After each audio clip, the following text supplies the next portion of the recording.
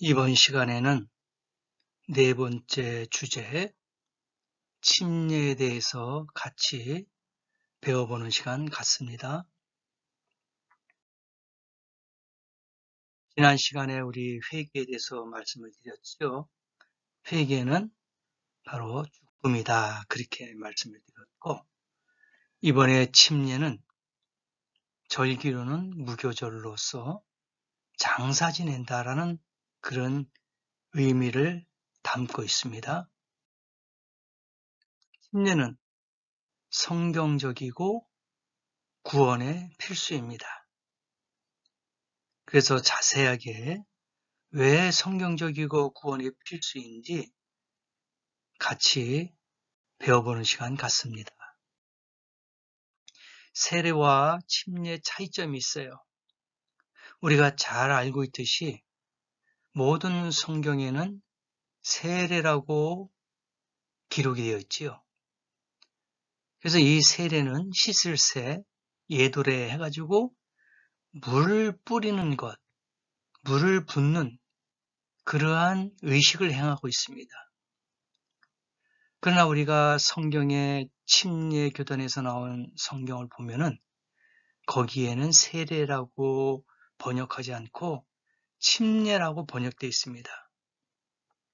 저도 그 침례에서 나온 한영 성경을 가지고 있는데 거기에는 전부 다 침례라고 번역이 되어 있어요. 그래서 침례라는 말이 성경적이고 원어에 거의 100% 가깝다. 그렇게 우리가 볼 수가 있죠. 그래서 세례라는 말은 우리가 너무 익숙해서 혹시 정말 세례가 맞는가?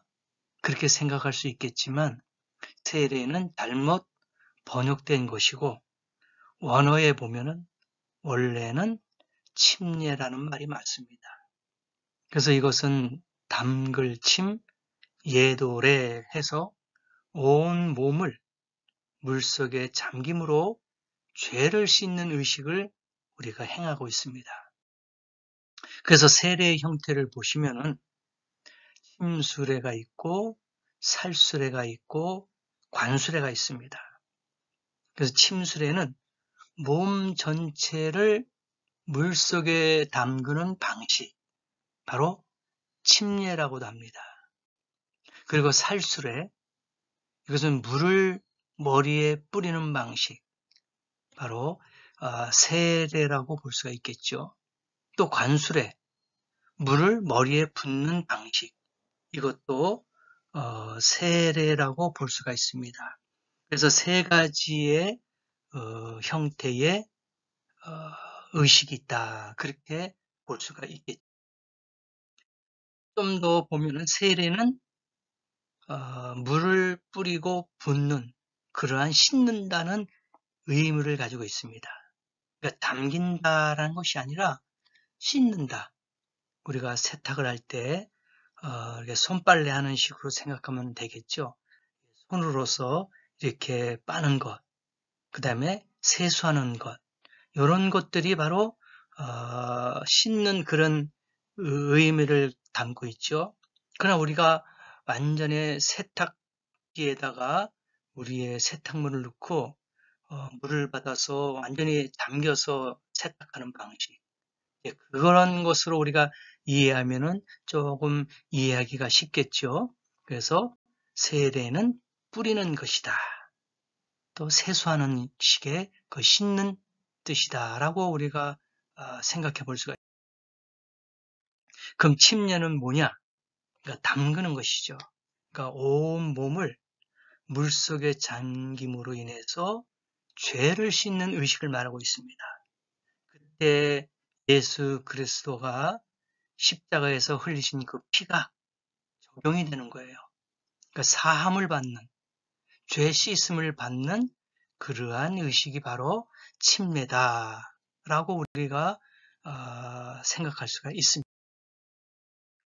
그래서 이 침례는 헬라어 신약 말씀 원어에 보면은 밥티조 또는 밥티소라고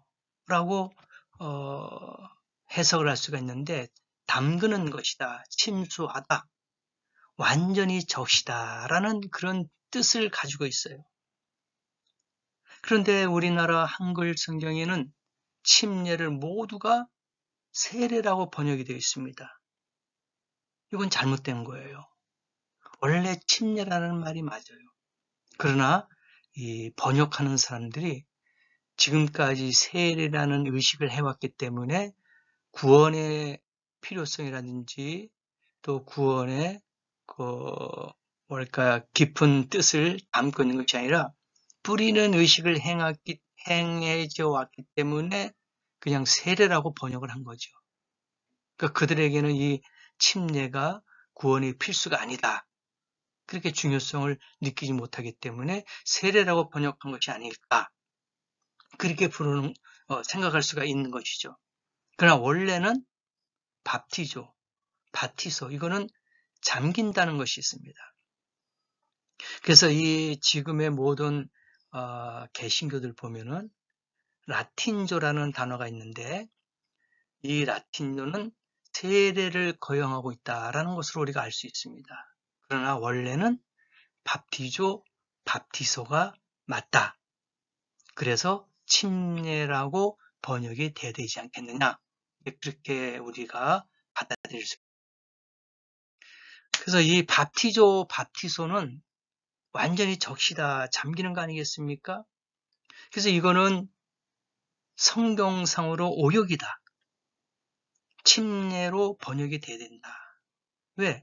예수님께서도 물속에 잠기는, 침수가 되는 그러한 밥티조, 밥티소, 침례를 받으셨다는 얘기예요.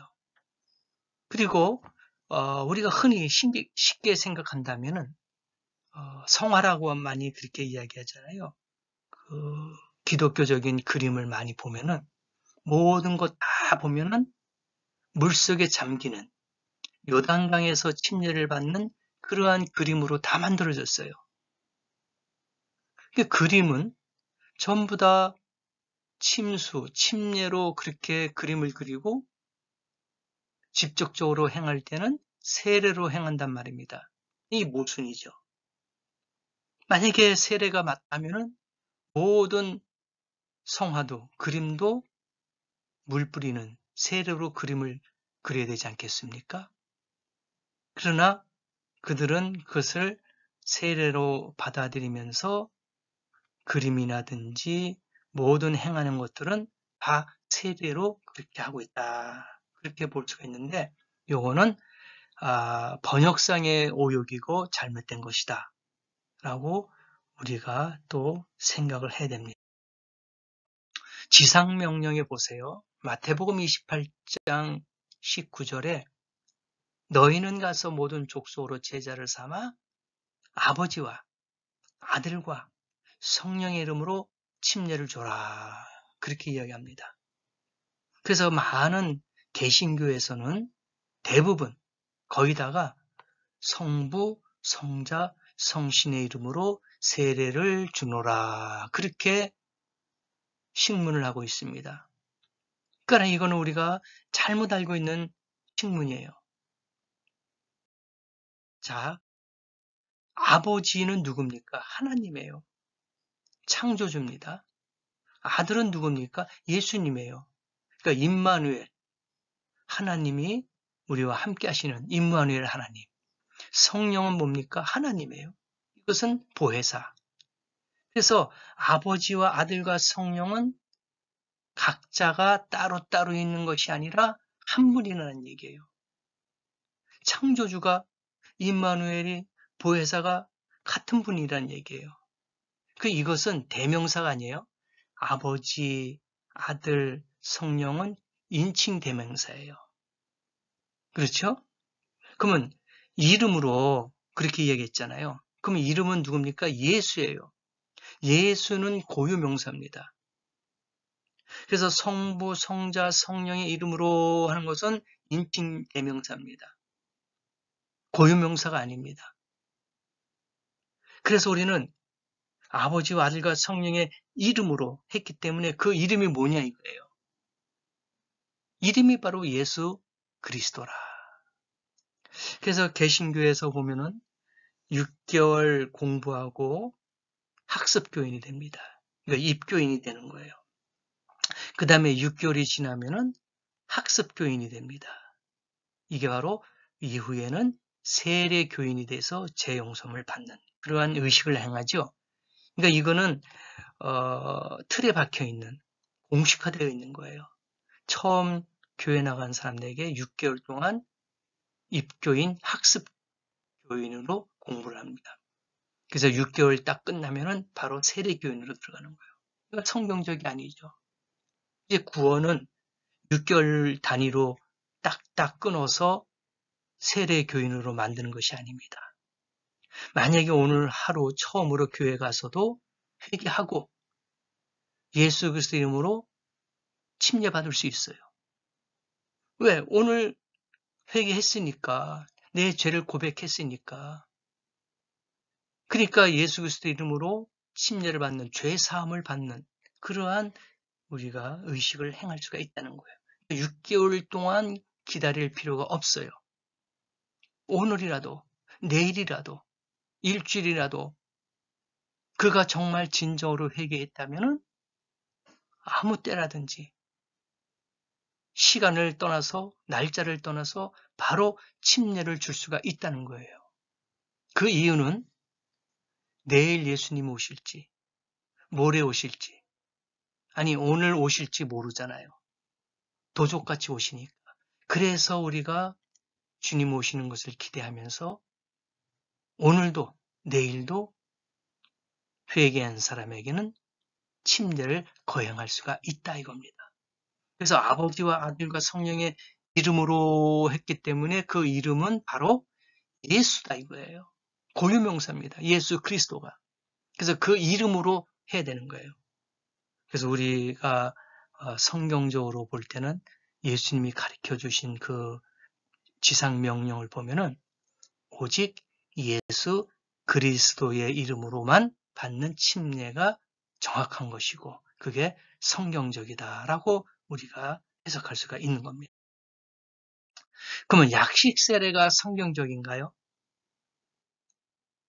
머리에 몇 번의 성부와 성자와 성신의 이름으로 3번씩 이렇게 뿌리는 것으로 죄사함을 받는다? 이게 성경적일까? 우리가 한번 생각해 보자 이거예요. 신약 성경 안에도 물을 뿌리거나 부어서 약식세를 받았다는 것은 한 군데도 없습니다. 사도행전 보면은 100% 모든 내용이 다 침수예요. 세례라는 그 의식을 행했다는 그것은 성경에서 찾아볼 수가 없습니다.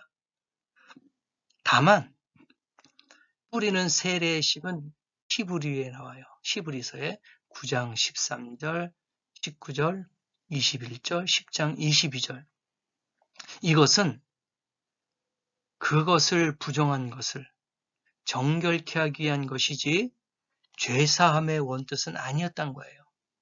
그러니까 정결케 하기 위해서, 깨끗하기 위해서 했던 그런 의식이었지 죄사함의 의식은 아니다 라고 우리가 해석하는 겁니다. 그러면 약식 세례가 맞다면 굳이 많이 있는 물속에 내려갈 필요가 있을까요? 사도행전에도 나오잖아요. 차후에 설명을 드리겠지만 아니 이게 한 사람이 내려가서 물 한 바가지 떠와가지고 많은 사람들에게 이렇게 약식 세례로 물을 뿌리면 되지 굳이 내려갈 이유가 뭐 있겠냐 이거예요. 그리고 약식 세례가 맞는다면은 그냥 작은 생수병 하나 다 갖고 다니면서 그냥 손에다가 물을 좀 부어서 찍어서 성부와 성자와 성신의 이름으로 세례를 주노라. 간단하게 하면 되는 거예요. 굳이 힘들게 물 깊은 곳까지 내려갈 이유가 없는 거예요. 그러니까 약식 세례가 맞지 않는다. 그러나 세계 각종 문헌을 보면은 많이 나와요. 아주 수십 가지가 나옵니다. 제가 다 기록하지 않지만 이 강의 내용은 짧게 요약식으로 하기 때문에 몇 가지만 하고 있는 거예요. 그래서 뭐 스콜라 주석이라든지 기독교 교리사라든지 또 관주 톰슨 성경이라든지 백과사전 또 월드북 백과사전 하여튼 수십 가지가 있는데 제가 몇 가지만 좀 올리지만 그 내용을 보면은 다 글속에 물속에 내려갔다. 물속에 잠겼다. 침례다. 이게 맞다고 다 나와요. 그리고 성부와 성자와 성신의 이름으로 세례받는 것이 아니라 주 예수 그리스도의 이름으로 침례를 받았다. 이게 역사적으로 세계적으로 각종 그 문헌에 이렇게 나와 있단 말입니다. 그럼 이 주장하고 이렇게 내세운 학자들이 다 틀렸단 말입니까? 아니거든요. 그들은 신학을 공부하고 학자들이고 역사를 공부했던 역사학자들이고 다 나름대로의 어떤 그 능력과 또 지혜가 있는 거예요. 그래서 모든 문헌에 보면은 예수 그리스도의 이름으로 침례를 받았다. 그렇게 나온 거예요. 그래서 침례는 단순히 교회에 입교하는 관문이 아닙니다. 그리고 교인이 되기 위한 절차도 과정도 아닙니다. 침례라는 것은 나와 교회와의 관계 속에서 받는 것이 아니라 나와 내 아버지 되신 하나님과의 관계 속에서 이루어지는 내 인생의 역사적인 사건입니다. 그래서 요한복음 3장 5절에 예수님께서 말씀하셨어요. 사람의 물과 성령으로 거듭나지 아니하면 하나님 나라에 들어갈 수가 없다. 그렇다면 물로 거듭났다는 것은 무엇일까요? 그것은 바로 침례를 말하는 거예요. 그렇죠? 나중에 이제 성령의 다음 시간에 성령에 대해서 나오지만은 물과 성령으로 거듭나는 것이 진정한 구원이다. 진정한 죄사함이다. 라고 해석할 수가 있는 것이죠. 그래서 침례를 받기 위한 준비가 뭐 있습니까? 믿음이에요. 믿음이 없이는 우리가 이것을 받아들일 수 없어요. 그래서 마가복음 16장 16절에 믿고 침례를 받는 사람은 구원을 얻을 것이요 믿지 않는 사람은 정죄를 받으리라. 그러니까 어떤 믿음입니까? 내가 물속에 잠김으로 예수 그리스도의 이름으로 침례를 받음으로 죄사함을 받는다는 그 믿음, 죄 씻음을 받는다는 그 믿음이 있어야 되는 거예요. 그래서 이게 첫 번째 침례를 받기 위한 준비된 마음, 믿음이다. 그렇게 볼 수 있습니다. 그리고 침례를 받기 위한 준비는 뭡니까? 회개가 있어야 되죠. 사도행전 2장 38절에 회개하라 먼저. 그게 첫 번째예요. 회개가 없이 뉘우침이나 반성 없이 침례받을 수가 없다 이겁니다. 지난 시간에 죄에 대해서 말씀을 드린 걸 참고하시면 되겠어요. 먼저 회개가 있어야 됩니다. 예수 그리스도의 이름으로 침례를 받고 나오잖아요. 성부와 성자와 성신의 이름으로 침례를 받아라가 아니고 예수 그리스도의 이름으로 침례를 받고 그 다음에 어떻게 해요? 죄 사함을 받으라 그거예요. 그러니 죄 사함을 받는 것은 예수 그리스도의 이름으로 침례다 이겁니다. 근데 어떻게 어느 순간에 성부, 성자, 성신의 이름으로 세례로 바뀌었습니까? 이거 지도자들이 잘못 지금 하고 있는 거예요. 예수 그리스도의 이름으로 분명히 이야기했어요. 그러면 베드로가 거짓말쟁이입니까? 베드로가 지금 속이고 있는 거예요? 아니에요. 베드로는 예수님을 따라다녔던 수제자예요. 그러면 예수님이 행했던 것을 다 보았을 거 아닙니까? 아, 저것이다. 자기가 깨달은 거예요. 예수님이 행했던 모든 것을 알고 있는 거예요. 그래서 베드로가 예수님 이후에 자기가 보고 느끼고 배웠던 것을 직접 행했던 거예요. 그러니까 예수 그리스도의 이름으로 침례를 받아라. 그것이 죄사함이다. 그렇게 베드로가 이야기하게 된 것이죠. 성경에 가리키고 있습니다. 골로새서 2장 10절 나오죠. 침례는 그리스도와 함께 장사되는 거예요. 그리고 이게 베드로전서 3장 21절 구원하는 표가 바로 침례다 이거예요. 그러니까 정확하게 말씀이 딱 떨어지잖아요. 침례는 장사 지내는 것이고 침례는 구원이다. 이게 성경적입니다. 이게 필수예요. 사도 바울도 이야기했잖아요. 사도행전 19장 3절에 너희가 무슨 침례를 받았느냐? 그러니까 요한이 회개의 침례를 베풀며 백성에게 말하되 내 뒤에 오시는 이를 믿으라. 그러니까 사도 바울이 너희가 무슨 침례를 받았냐 했더니 네, 우리가 요한의 침례를 받았습니다. 그렇게 얘기한 거예요.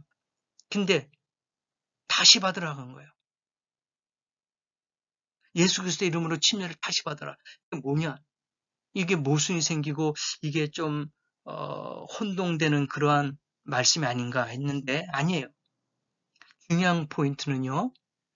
요한의 침례는 회개의 침례였어요. 그러나 예수 그리스도의 이름으로 받는 침례는 죄사함의 침례예요. 이제 구분됐죠? 알았죠? 그러면은 어떤 분이 그래요. 아니, 요한의 침례를 받았는데 왜 또 예수님의 이름으로 침례를 받습니까? 그렇게 이야기하는 사람도 있어요. 그러나 사도 바울이 이야기하는 것은 그런 것이 아니었어요. 정식으로 예수 그리스도의 이름으로 예수님의 이름으로 침례를 받아야지만이 죄 사함을 얻는다 이렇게 알려준 거예요. 그러니까 요한이 받았던 침례, 요한이 행했던 침례는 부족한 것이다. 그거는 회개에 의해서 침례를 준 것이지 죄 사함으로 받는 침례가 아니었다. 그렇게 사도 바울이 가르쳐 준 거예요. 그래서 다시 예수 그리스도 이름으로 침례를 받으라.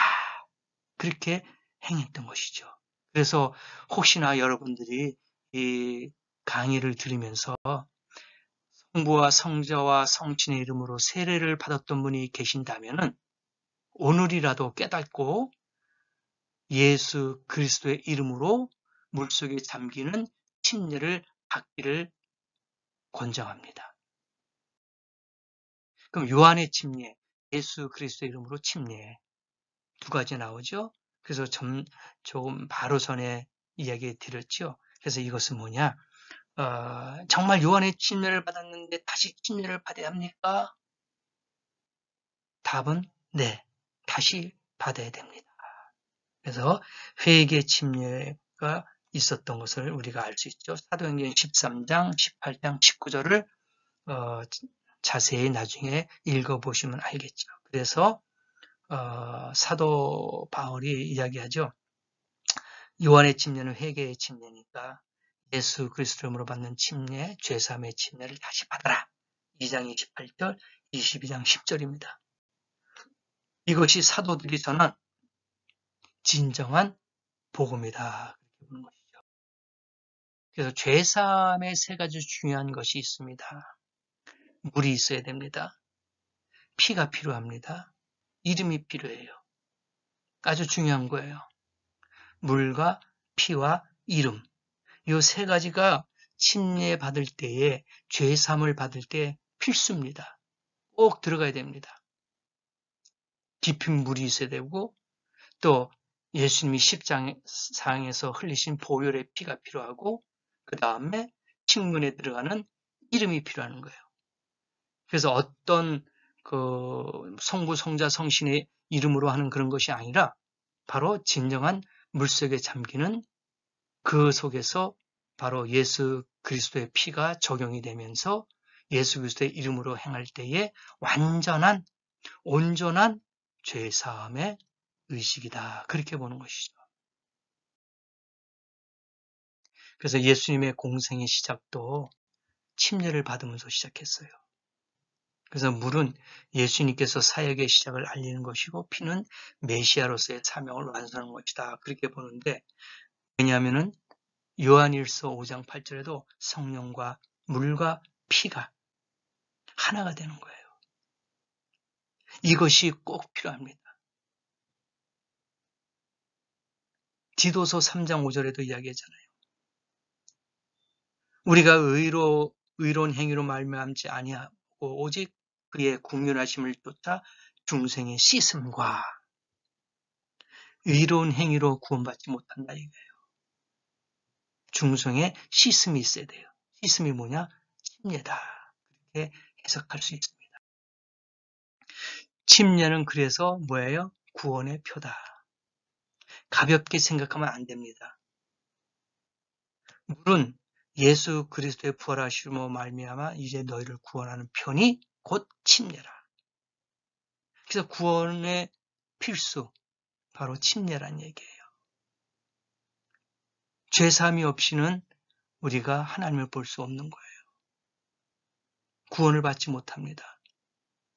그래서 물은 예수 그리스도의 부활하심으로 말미암아 이제 너희를 구원하는 표다 이거예요. 그게 뭐냐? 침례다. 아주 중요한 말씀이에요. 베드로전서 3장 21절을 꼭 기억하시기 바랍니다. 구원하는 편이 곧 침례다. 여기서도 물은 예수 그리스도라고 나왔잖아요. 만약에 그렇지 않는다면은 물은 성부, 성자와 성신의 부활하심으로 말미암아 너희를 구원하는 표다. 곧 세례라. 이렇게 해석해야 되는데 아니에요. 예수 그리스도라고 항상 나와요. 모든 성경에 보면은 마태복음 28장 18절인가 거기에 나오잖아요. 너희는 온 천하에 다니면서 아버지와 성령과 성신의 이름으로 뭐 세례를 주고 그렇게 전파하는 그런 삼위일체식의 그러한 식문을 갖고 그것만 주장하는데 아니에요. 그거 하나만 나왔지 성경의 모든 것 다 보면은 예수 그리스도, 예수 이름으로 다 나와요. 그러니까 하나만 가지고 주장하면 모순이 되고 잘못된 거예요. 다 예수 그리스도 이름으로 나온단 말입니다. 그래서 요한복음 3장 20절에도 요한도 살렘 가까운 에논에서 침례를 주니 거기 물이 많음이라 사람들이 와서 침례를 받더라. 물들이 많은지라 그랬어요. 세례라면은 굳이 물들이 많은 곳에 갈 이유가 없잖아요. 그래서 물이 많다라는 것은 뭐냐? 침수를 이야기하고 있잖아요. 침례를 이야기하고 있잖아요. 그래서 물이 많은 곳에서 행한 것을 우리가 알 수가 있습니다. 빌립도 에디오피아 여왕 간다게의 신하 아닙니까? 일어나 남으로 향하여 예루살렘에서 사로 내려가는 길까지 가라. 에디오피아에 가는 그러한 내시 간다게의 신하 사도행전에 다 나와 있어요. 물 밑으로 내려가서 침례받았어요. 만약에 그가 세례가 맞다면 자기의 신하를 불러서 물을 떠와라. 저 강가에 가서 물을 떠와라 해서 그걸로 뿌리면 되지만은 직접 내려갔단 말입니다. 침례를 받기 위해서. 보라, 물이 있으니 내가 침례를 받으면 무슨 꺼림이 있느냐? 맞아요. 물이 있으니 내가 침례를 받으면 무슨 꺼림이 있느냐? 그러니까 이것이 성경적인 것이고 이게 복음적인 거예요. 왜 이렇게 성경에도 자세하게 나와 있고 많은 성경 구절들이 있는데 왜 침례를 행하지 못할까? 보라, 물이 있다. 내가 침례를 받는데 무슨 꺼리낌이 있느냐? 무슨 장애가 있느냐? 무슨 불편함이 있느냐? 아니란 얘기예요. 내려가겠다. 직접 가서 침례를 받겠다. 그거 아닙니까? 그럼 어디에서 받을까요? 많습니다. 수로에서도 또 어떤 구조물 속에서도 강가에서도 도랑에서도 바다에서나 계곡에서나 욕조에서나 잠길 수 있는 물이 있다면은 어느 곳이든지 가능하다는 얘기예요. 수세자는 앉거나 서 있으면 되죠. 그러니까 침례를 집행하는 수세자를 말하죠. 그래서 집행자를 말하죠. 그래서 수세자는 받는 사람이죠. 그래서 그 사람들은 앉아 있는다든지 서 있으면 돼요. 그래서 그곳에서 침례를 거행할 수가 있다는 거예요. 그래서 물이 있는 곳이면 어디든지 장소에 제한이 없어요. 깊이도 제한이 없습니다. 공간도 제한이 없어요. 시간도 제한이 없습니다. 날짜도 제한이 없어요. 완전히 잠길 수 있는 양이면 돼요. 이것이 침례입니다. 그럼 식문은 어떻게 해요? 말씀을 드렸어요. 오직 예수 그리스도의 이름으로만 하라 이거예요. 왜? 사도행전 4장 12절에 다른 이로서는 구원을 얻을 수 없나니 천하 인간의 구원을 얻을 만한 다른 이름을 우리에게 주시니 없다 이거예요. 다른 이름, 성부, 성자, 성신의 이름으로 준 것이 아니에요. 구원을 얻을 만한 다른 이름을 준 게 아니에요. 오직 예수 그리스도의 이름으로만 줬다 이거예요. 그 한 가지만 갖고도 우리가 이것이 진정한 복음이고 진리고 구원이다라는 것을 볼 수가 있어요. 성경에 사도행전에 많이 나와요. 거기에 보니까 주 예수의 이름으로, 예수 그리스도의 이름으로, 예수 그리스도의 이름으로, 주 예수의 이름으로, 다 예수의 이름으로 나와요. 어디에 성부, 성자, 성신의 이름으로 나옵니까? 그러면 이 제자들이라든지 이런 집사 행했던 모든 사람들 보면은 다 거짓말쟁이고 다 속이는 자예요. 분명히 예수님은 예수 그리스도의 이름으로 행했단 말입니다. 그러니 제자들도 다 빌립도 예수 이름으로 했던 거예요. 그러니까 우리가 성경을 믿는 사람이라면은 또 영적 지도자, 제사장들이라면은 목자라면은 성직자라면은 예수 그리스도의 이름으로 침례를 줘야 됩니다. 이것이 성경적인 거예요. 또 받는 수제자 입장에도 예수 그리스도의 이름으로 받아야 됩니다. 다른 이름으로 받으면은 다시 예수 그리스도의 이름으로 받아야 됩니다. 이것이 성경적인 거예요. 그러면 죄로부터 돌이킨다. 예수 그리스도의 이름으로 침례를 받고 제사함을 얻으라. 그러면 성령을 선물로 받으리라. 그래서 예수 그리스도와 함께 잠기는 거예요. 뿌리는 것이 아닙니다. 잠기는 것입니다. 이것이 진정한 침례 장사인 거예요. 우리가 지금은 많이 장례 문화가 바뀌고 사라졌지만 과거에는 땅속에 묻는 장지로 가서 무덤을 만드는 그러한 장례식을 많이 했어요. 지금은 거의 화장을 한다든지 수목장을 하잖아요. 근데 과거에는 묘자리를 만들어서 거기다가 시신을 안치하는 그런 장례를 했습니다. 그러면 우리가 땅속 깊숙이 땅을 파서 거기에 고인을 안치시킵니다. 그리고 우리가 손으로 삽으로 이렇게 흙을 조금 처음에 유족들이 덮잖아요. 그 다음에 거기에 완전히 덮어서 분봉을 세웁니다. 그게 장례의 끝이에요.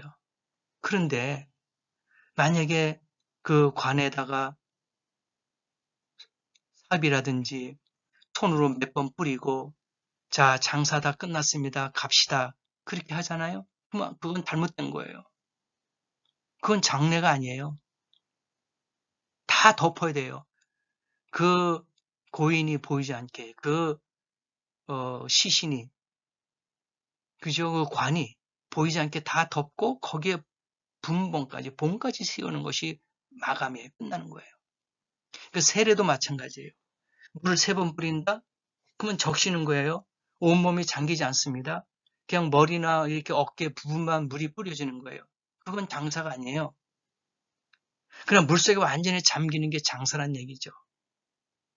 그래서 뿌리는 것이 장사가 아니고 물속에 잠기는 그 침수가 진정한 침례고 장사다 이거예요. 1, 나왔죠? 내려갔습니다. 많이 있어요, 물들이. 그리고 마가복음 1장 9절 10절을 보니까 예수께서 요단강에서 요한에게 침례를 받으셨죠? 그럴 때 뭐라 했습니까? 곧 물에서 올라올세. 세례라면은 예수님께서 왜 물속에 들어가셨습니까? 성경에는 물이 없는 곳에서 침례를 받은 기록은 한 군데도 없어요. 다 물속에 잠겼어요. 예수님이 직접 우리에게 본을 보이시지 않았습니까? 물에 올라오실 새에 그건 무슨 뜻입니까? 물속에 잠겼다는 거예요. 물이 많이 있었다는 겁니다. 그래서 예수 그리스도의 이름으로 완전히 물에 잠겨서 나온 것이 이것이 진정한 죄사함을 받는 침례라 이겁니다. 그래서 장사는 흙으로 시신을 완전히 덮는 거예요. 부분적으로만 뿌리는 것이 장사가 아니라는 얘기입니다. 그때의 어린 양 예수의 피가 적용되는 거예요. 왜? 요한일서 5장 6절에 보잖아요. 물과 피로 임하신 이신이 곧 예수 그리스도라. 물과 피로 임했다. 그분이 누구냐? 예수 그리스도라. 물만 아니요? 물과 피로 임하셨고 증언하는 이는 성령이시니 성령은 진리니이다. 물과 피로만 임하신 것인데 물로만이 아니다 이거예요. 그래서 물속에 우리가 침수가 될 때에 피가 적용이 된다 이거예요. 그래서 이게 완전한 진리다. 구원이다 이겁니다. 물만 뿌리는 것으로 인해서 피가 적용할 수가 없는 거예요. 완전히 잠겨야지만이 피가 거기에서 적용이 돼가지고 예수 그리스도의 이름과 피가 우리의 죄를 사해 주는 겁니다. 우리가 성경 찬송에도 그러잖아요. 나의 죄를 씻기는 예수의 피밖에 없네. 있잖아요. 그러니까 예수 그리스도의 피가 적용이 되려면은 침투가 돼야 되는 거야, 물속에서. 그래서 요한일서 5장 6절이 아주 중요한 말씀입니다. 율법을 따라 거의 모든 물건이 피로써 정결케 되나니 피 흘림이 없은즉 사함이 없느니라. 아멘. 모든 물건이 피로써 정결케 되는 거예요. 그러니까 피가 우리 죄를 사해 주는 겁니다. 피 흘림이 없은즉 사함이 없느니라. 예수 그리스도가 피 흘림이 없었다 하면은 죄 사함이 없었다는 거예요. 그러나 그가 물과 피로 그래서 임하신 겁니다. 그 아들 예수의 피가 우리를 모든 죄에서 깨끗하게 하실 것이요. 요한일서 1장 7절, 계시록 1장 5절. 피가 죄에서 깨끗하게 하실 것이다. 아멘. 그래서 육체의 더러움을 씻는 것이 아니라 우리의 죄를 씻는 것이 침례요 물속에 잠기는 것이다. 그렇게 우리가 받아들여야 됩니다. 이렇게 침례를 받음으로 죄사함을 받습니다. 사도행전 22장 16절 주의 이름을 불러 침례를 받고 너의 죄를 씻으라. 주의 이름이 뭡니까? 예수 아닙니까? 예수 이름을 불러 침례를 받고 너의 죄를 씻으라. 침례를 받고 성령을 선물로 받으라. 성령을 받습니다. 선물로 받아요. 그래서 예수 그리스도와 함께 장사 지내는 거, 예수 앞하여 침례를 받는 것이 뭐냐? 장사다 이거예요. 장사되는 겁니다. 곧 물무덤, 즉 장사. 누구와 함께? 예수와 함께. 이게 장사되는 거예요. 이게 진정한 침례라고 우리가 해석합니다. 예수님께서 본을 보이셨어요. 너희들도 이와 같이 하라 이거예요. 예수님께서 대답하는 거예요. 요한이 아닙니다. 선생님이 내가 침례를 줄 수 없습니다. 그러니까 예수님께서 뭐라 그랬어요? 아니다. 허락하라. 이렇게 해야지만이 모든 것이 의를 이루는 것이 합당하니라. 이것이 내가 본을 보여주는 거니까 침례를 행하라. 할 때 침례 요한이 허락한 거예요. 그래서 예수님께서 침례를 받으시고 물속에서 올라오실세. 예수님께서 물속에서 올라오실세. 예수님의 모본이에요. 친히 보여주셨단 말입니다. 요한복음 13장 15절. 내가 너희에게 행한 것 같이 너희도 행하게 하려 하여 본을 보였노라. 본을 보여주셨어요. 이렇게 하라 이거야 앞으로. 직접. 아니 예수님이 친히 이렇게 알려주셨는데 이거 완벽한 거 아닙니까? 이거 이상 더 확실한 증거가 어디 있습니까? 확실한 거예요. 내가 본을 보여줬다.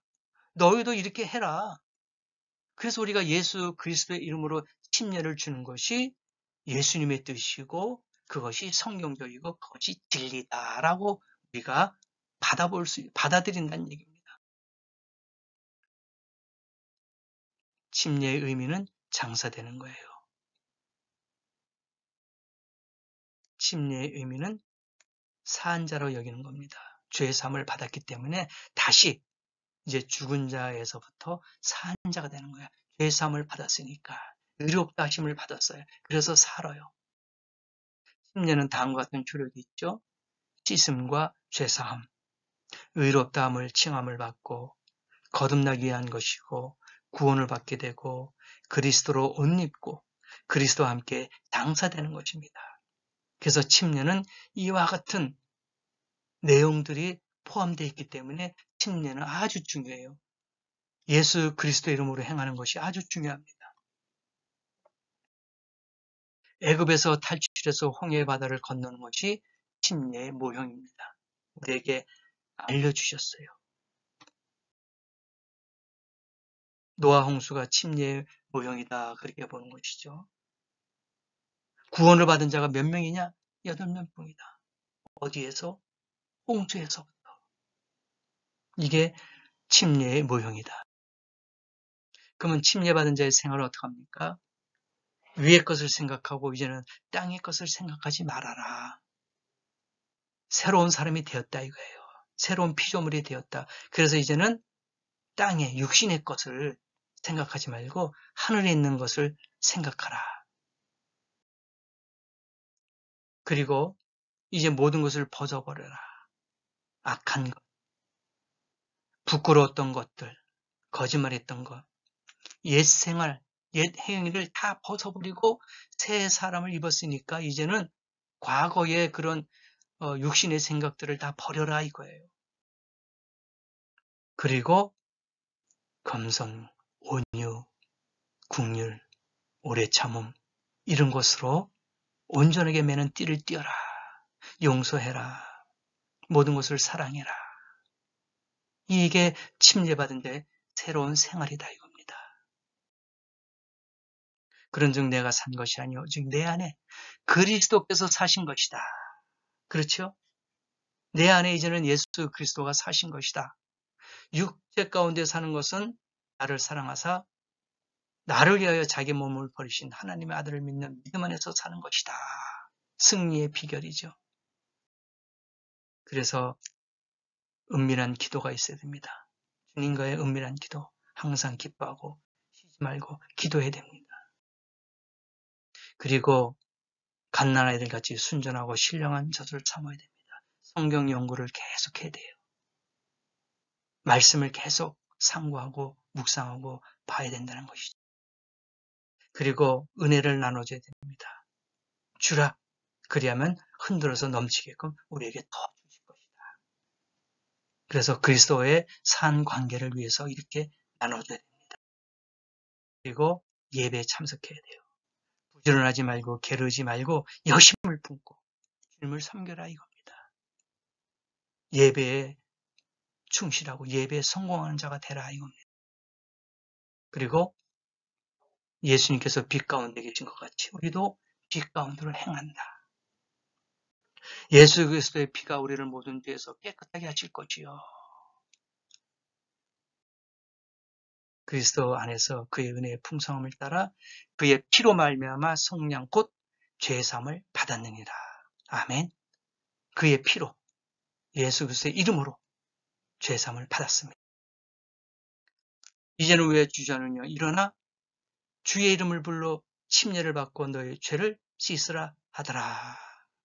주님께서 오늘도 우리에게 왜 주저하느냐? 예수 그리스도의 이름을 불러서 침례를 받고 너의 죄를 씻으라. 오늘도 주님께서 우리에게 간곡히 부르짖고 손을 내밀어 주시는 줄 믿습니다. 그러므로 여러분 주저하지 마시고 예수 그리스도의 이름으로 침례를 받고 여러분의 모든 죄를 사함받는 그런 복된 성도가 되시기를 간절히 축복합니다.